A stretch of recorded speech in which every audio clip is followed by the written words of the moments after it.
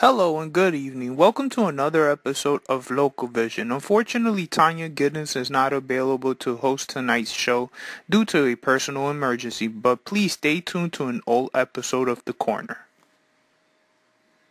To add a new layer to community scrutiny. Yeah, its plans is to build a 50-story tower in the Southport area in Brooklyn, between that Brooklyn and Manhattan border, and is potentially creating a new hurdle for other projects under the new mayoral administration. Before the formal review process begins, Howard Hughes, a 2% corporation, has agreed to wait for weeks or months about recommendations for a new Seaport working group, and is on its plan to build a residential and hotel tower and create market in the historic Tin Building near the East River in the lower Manhattan. The working group, for which the developer and local leaders plan to announce on Tuesday, comes as many community groups and politicians pushing for a more forceful voice for the community development decisions under the administration at City Hall. Gail Brewer, the new Manhattan Borough president, said that she would like to form a similar working groups for the major projects. I would like to see this kind of discussion, working groups for other large projects and other large parts in Manhattan, she said. Howard Hughes presented the plan in the communities in November and has met with vocal opposition from some who are worried about the impact of the tower in the waterfront neighborhood where some streets are paved with cobblestones. We're dealing with the South Street Seaport. This is a place that has been in long history, and there's a lot of people who are very concerned of what's going to happen there, said Margaret Chin, the city council member who represents this area. The recommendations won't be binding. This city council ultimately needs to approve the development, but we're expected to shape the project because of Mrs. Chin's involvement.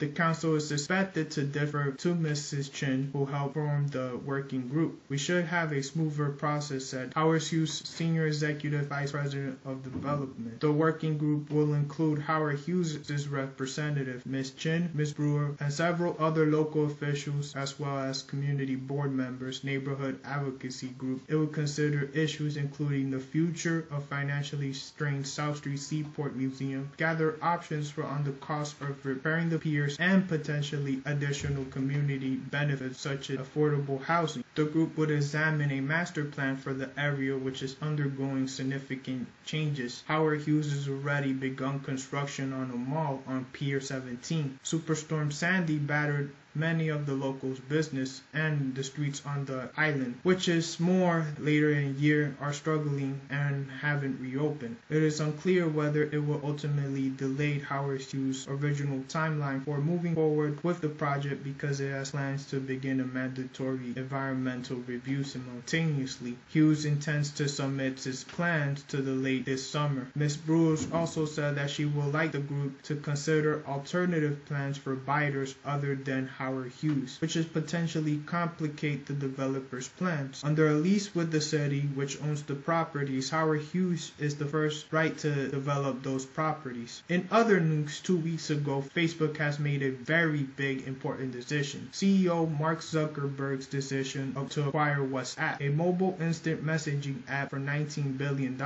in the US, has huge numbers of industries observers questioning its level of sanity and intelligence. But depending on what they do with the acquisition, it could improve to a big, brilliant deal that completely redefines mobile communication. It generates huge profits for Facebook, and understand why so many people are shocked. One needs to look at Facebook's previous major acquisition that they paid $1 billion to acquire photo sharing app Instagram, looking not only price but not digging any deeper. The $19 billion price tag of WhatsApp seems to be crazy. It was also popular opinion that Instagram was also too expensive. It's only natural for people to look at what deal that include Mark Zuckerberg has lost his mind. He's paying nearly 20 times as much money for a 5-year-old mobile instant messaging company that brings little revenue. I have to admit that price tag has shocked me too, but once he had the chance to acquire the deal and consider his long-term possession to change Facebook's future, there's some realization that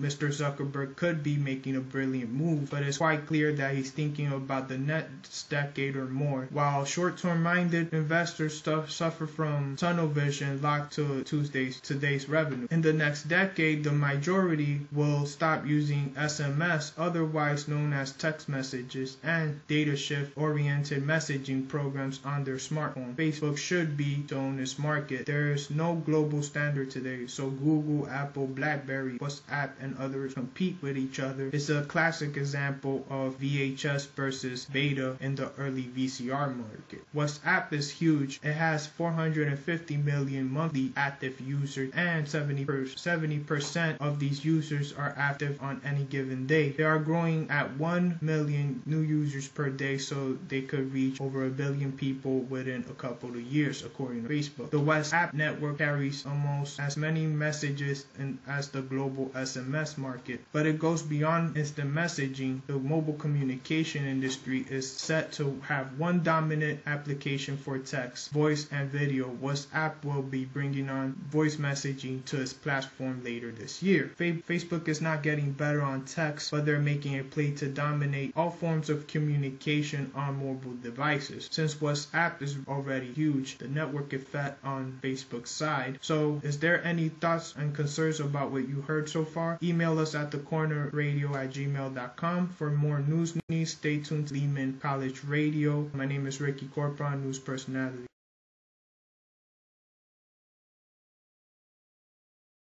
Hello, welcome back to the Tuesday episode of The Corner. My name is Ricky Corpron, news personality from Lehman College Radio in the Bronx, New York.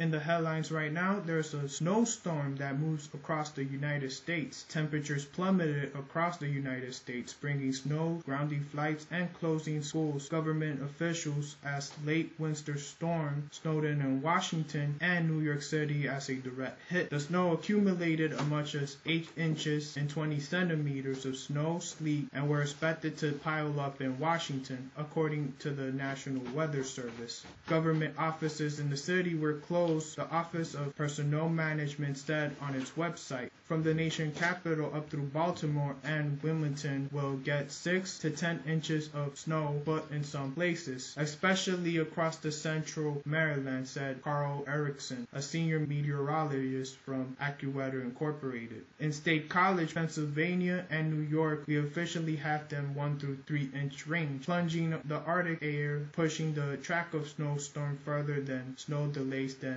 2 days ago, sparing Boston and heavy New York snow. Schools in Washington, Pennsylvania, Wilmington, Delaware were also closed, according to the direct websites. Amtrak said it would operate a modified snow schedule today, resulting in fewer trains available on the ACLA Express and Northeast Regional Service. New Jersey Transit warned of cancellation and delays, particularly on the Monday morning commute because of the weather. Freezing rain as of 8 a.m. in New York, 2,093 flights within or into the U.S. were canceled, according to FlightWare, a Houston-based airline tracking service. Washington Reagan National Airport had more than 500 grounded. About 106,000 homes and businesses were blacked out at the same time, according to data from utility service compiled by Bloomberg. About 80% of those were in Kansas, northern Mississippi, and eastern Tennessee. Freezing rain and sleet interfered with the de-icing planes of Dallas and Fort Worth International Airport and cancellations of the buildup because it was busy. The worst of the snow in Washington and Baltimore should be today, said Amy Bettany, a weather service and meteorologist in Virginia. After the storm passes, temperatures are expected to drop. Readings will stay below freezing through midweek, Bettany said. It's going to take a prolonged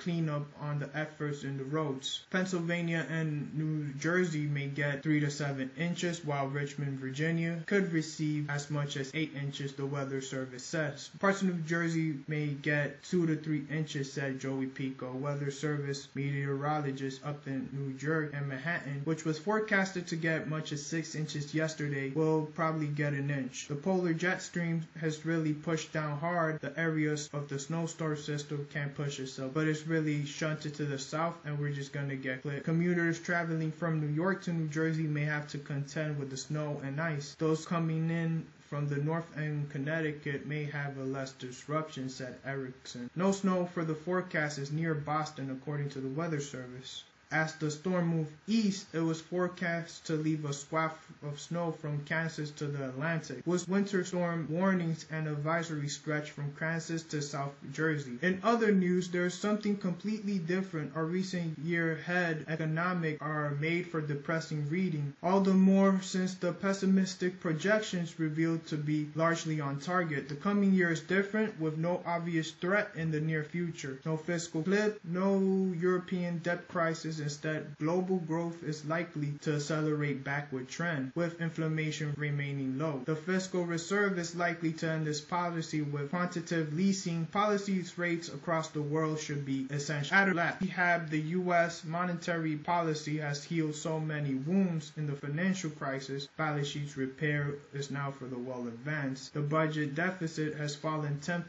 to 4% in the gross domestic product. Banks are recapitalized and working off their bad loans, and the housing market has started to recover. Corporations are flush with profit and cash, and households are reduced their debt service costs. At the same time, it appears that there will be no additional downfall at the federal level, and that the state and local governments have stopped budget cutting. As structural headwinds placate, we expect GDP growth to accelerate more than an average of an approximately 2% in the last 4 years to a 2.6% in 2014 and 3.2% in 2015. More than muddling through in the Eurozone. We expect the growth in Europe to remain low, but in our view, policymakers amplified the acute phase of the European crisis, but forbiddance now seem to be the name of the game, with countries that are given more time to chip away their budget problems. The European Central Bank probably will introduce a long new-term refinancing operation, but influence their Bundesbank bank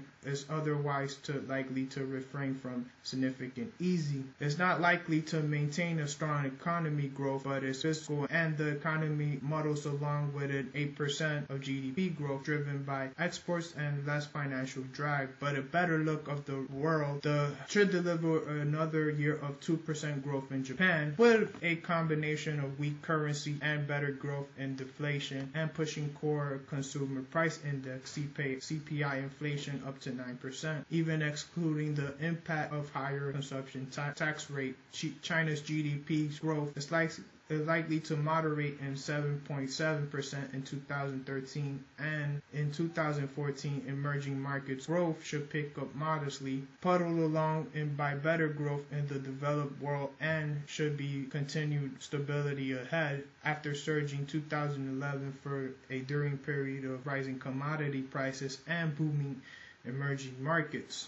Inflation has fallen in almost every country, with the exception of few countries facing foreign exchange fuel price increase, such as Brazil, India, Indonesia, and Turkey. Japan also has higher inflation, the product of a weak currency policy, but on the whole, global inflation should remain to 3% next year. Monetary policy tempering tap dance with an inflation low. Central bank monetary policy likely to be mixed. The Federal Reserve is likely to slowly exit its quantitative easing while keeping it low for a longer period. The Bank of Japan is continued to offset any downside risk from next April's tax hike in between of the European Central Bank, which is likely to ease liquidity through another long-term refinancing operation without the aggressiveness of either Japan or the U.S. risk, the usual suspects. The downside risk to growth would now appear to be particularly high in 2014, and their upside or risk, the brinksmanship, will also affect in the fiscal policy that will restart its financial crisis. An oil shock of the Iranian control talks about break of the Japanese government, or fails to offset its consumption tax hike with other policies. However, there are also upside risks ranging from a strong cynical bounce in the U.S. headwinds fade to a faster recovery in emerging markets. In emerging markets, as delivering slows and banks lending picks up, the outlook appears to be balanced and better off in the recent past. For more of your economic and snow news, log into the cornerradio@gmail.com. Stay tuned, Lehman College Radio in the Bronx, New York. My name is Ricky Corporon. I'm your news personality.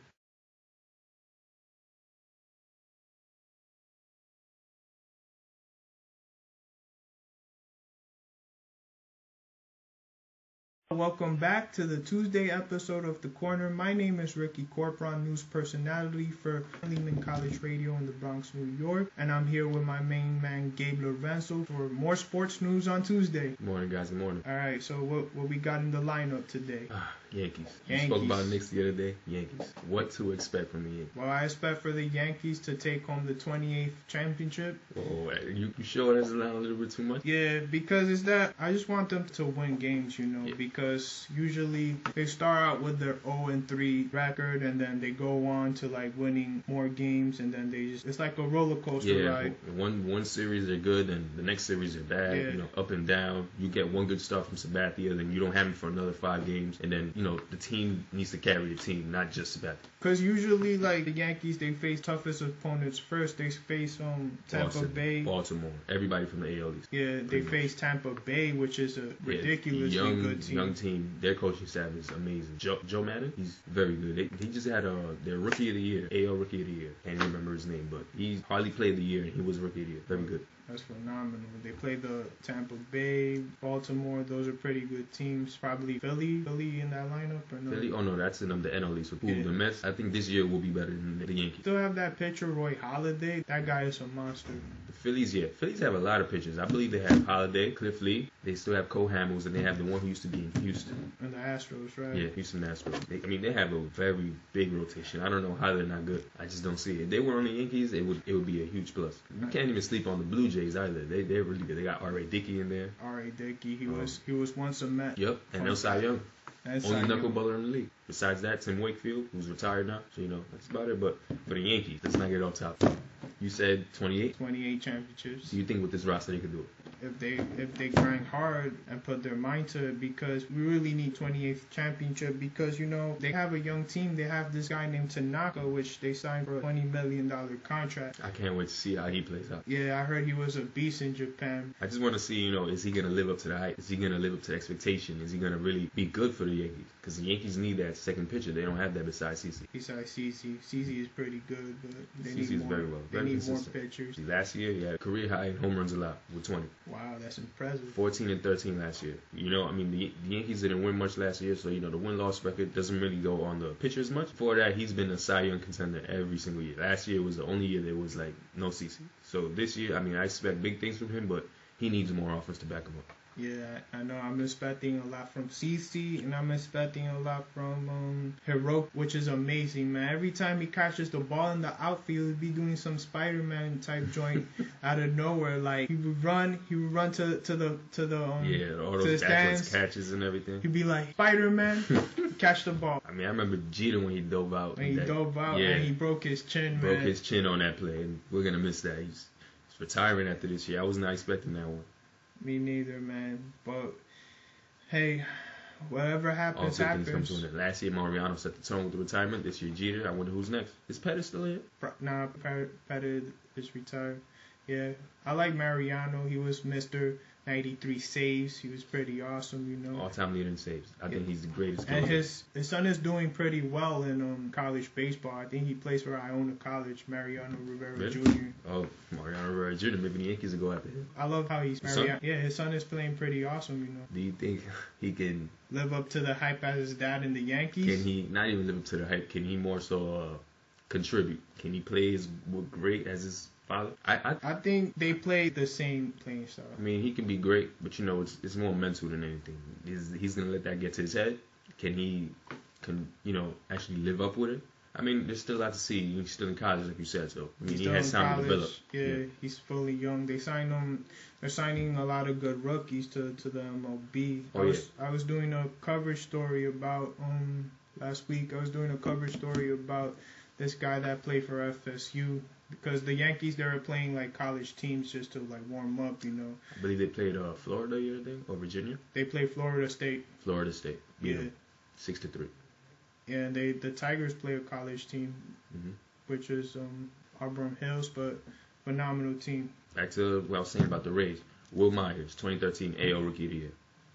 Batted .293, 13 home runs, 53 RBIs. Joe Madden is a great coach.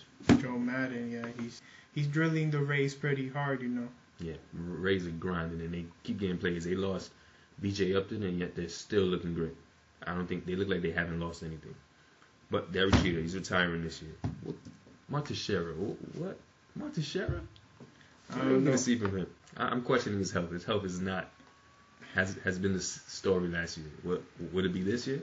Can he carry the Yankees this year?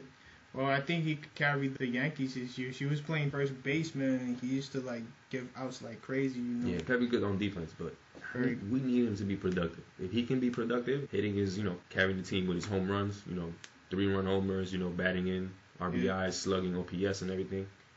I mean, it still remains to be seen. Last year, we hardly got to see him. He only had 3 home runs in 15 games. Not good. Around 220. 220, yeah. And in the less games you play, your average should be higher. Yeah. So for that, that's pretty bad. But usually, like, the Yankees always bat like a 220 though. Yeah, as a team. As a team, though. Yeah, but they also are very good with home runs. And last year they were very bad with home runs. We spoke on CeCe. What about Jacoby? All right, that I is love like him when he was on the Boston. I don't know why. That is like a much watch player yes. for the Yankees. Especially with the rivalry they have. I want to see it. Oh man, his return to Boston. Oh man, I wouldn't be surprised if he gets removed from the game. All the things they gonna throw at him. Yeah, because it's this rivalry since like decades in. Yankees. It's toned down a little bit, but it's toned down, but it's still out there. It's still that rivalry. There's still those hardcore Red Sox and Yankees fans that's like, you do not do that. Yeah. I don't care how long it's been. If it was 2004, 2003, you do not do that. Yeah, I know. Every player from Boston, they transferred to the Yankees tremendously. Kurt Schilling still has a grudge on the Yankees. They had Damon on. Johnny Damon. Phenomenal. He was great for us. He killed us in 2004 with those home runs. Grand slam and a 3-run homer in Game 7. Right. To go win the championship. That's phenomenal for him. That was amazing. Yeah. I mean, him, Jacoby Ellsbury now. Who else? Was it David Ortiz? But last year David Ortiz was the AL MVP. I mean, the World Series MVP. Yeah, But who? I'm trying to see who else went from Boston to the Yankees. The Yankees to Boston. They signed. Wow. Ramirez went to the Mets. Got it. In From Cleveland, he went to Boston, then to Dodgers, where he was on fire. Carried them to the NLCS. Right. And from there, he went to the White Sox, I believe. Yeah. And then just fell off after that. It was boom. Yeah. We went to the Boston to the. No, I'm trying to see what other players besides Damon and Ellsbury went from Boston to Yankees. Because, that's the rivalry going on. That's something you just don't do. Yeah. They always do that. They've been doing that from forever. Kurt Schilling. I mean, Kurt Schilling. No, not Kurt Schilling. Roger Clemens. Clemens, yeah. He started with the Blue Jays, went to the Boston, then to the Yankees.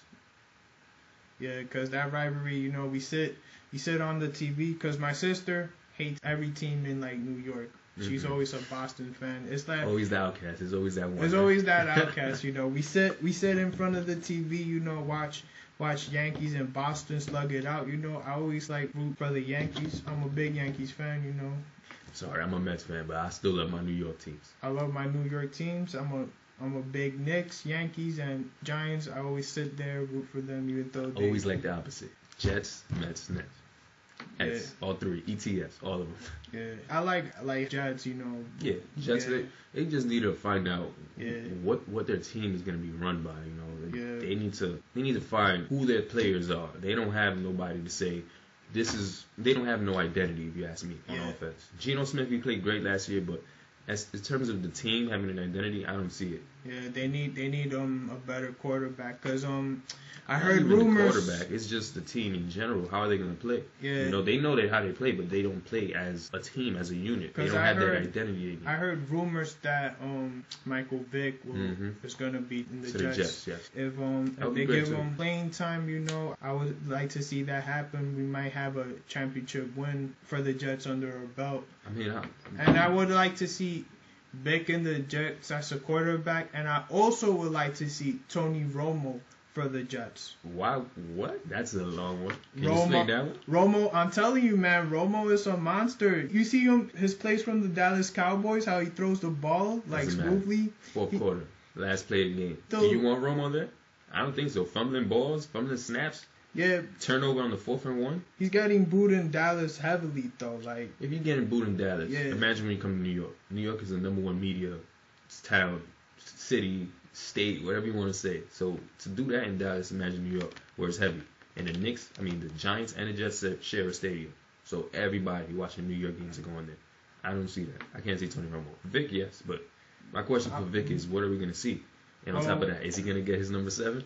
Possibly. I personally think Vic is more like a Falcons guy, Eagles guy. He's more of a high power. Thank you for enjoying the corner, and now enjoy a beautiful poem by the great Ron Amber Deloney herself. Have a nice day. The Falcons always are number 1 or 2 in that category with the Skins. I don't know what happened last year. I love the Falcons. That's a great team. I don't know what happened.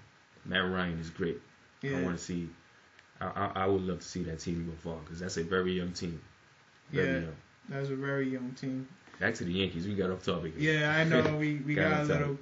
I mean, but it's carried cool. away. Masahiro Tanaka.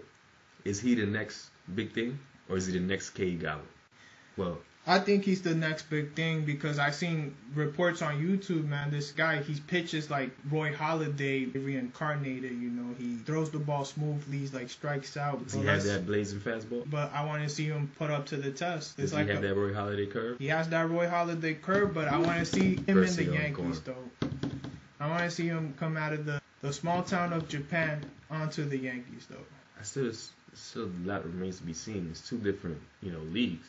Over here we have people from all over the world. Yeah. Japan as well, but more over here, where it's way more diverse. And at the same time, we don't see that a lot from, foreign players that come along. You don't really see them do as well as you expect them to. Just half of them, though. Yeah, there's great ones like Dice K, who had his run in Boston. Now he's in the Mets. I mean, he's doing great over there, but, there's players that you see them do great. Hideki Matsui has his great run, but when after that run is done, it's just down the hill from there. Yeah. Hopefully, it's not the case for him, especially the Yankees paying him no money. Yeah. That contracts that they contract is worth like $25 million. $25 million. Now, Brian McCann. Well, Brian McCann, I don't know about Brian McCann, but he probably will do good, I think he'd do amazing. He would do amazing, yeah. I mean, because if you look at their lineup, Jacoby, Derek Jeter, you have Montechero. Who backs up Montechero? Dude from the Blues. Vernon Wells? Bernie Wells, yeah. Vernon Wells. And then we have Beltran. Carlos Beltran. Who can bat second, who can bat first, third, fourth, fifth, anywhere in the lineup. Right. And then you have Brian McCann, who I think is going to be the X Factor. The X Factor. Because if you put him to bat 6th, 7th, now you have to play. You have to pitch. There's no get one over fastball. There's no get one in the strike zone to anybody. All these players can bat third. So imagine them all on one team. Right. On one lineup, it's going to be very tough. Their offense, it looks like it can be great, but, injuries, fatigue sets in, chemistry. We'll see how that works out. But if they can play together, build their chemistry, amazing. Brian Roberts. I forgot we had him. Yeah, I think he will be an excellent acquisition to the Yankees, right? Yeah, he's good.